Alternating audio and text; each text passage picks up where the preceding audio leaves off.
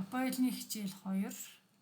Өнөөдрийн хичээл дээр үүрэгтэй холбоотой хандс болон тэн ялгарын тухай үзнэ.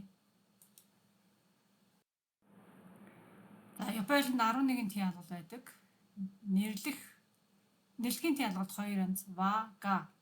За заахын тэн ялгал нь о, үг оршихын тэн ялгал нь ни, гарахын тэн ялгал нь кара, хариалахын тэн ялгал нь но, чиглэлийн тэн ялгал нь бичгтээ хээгэр үчээд уншихтаа ээгээр үснэ. Хамтрахын тэн ялгал нь то, хүрхийн тэн ялгал нь маде, үйлдэхийн тэн ялгал нь дэ, харьцуулахын тэн ялгал нь йори.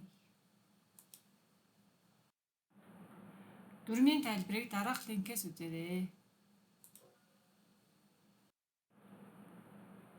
За үүрэгтэй холбоотой 10 хандс байгаа. За энэний Япон болон Хятад дуудлагыг нь орчуулгын хамт бичсэн байна. За жишээ хандсыг бас давхар бичсэн байгаа. Энийг нэг бүрчлэн сайн чэйжилж бичээрэй.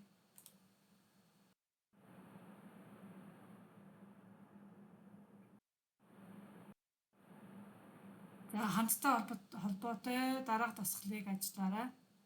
За хандсны дуудлагыг бичиж шийдээрэй.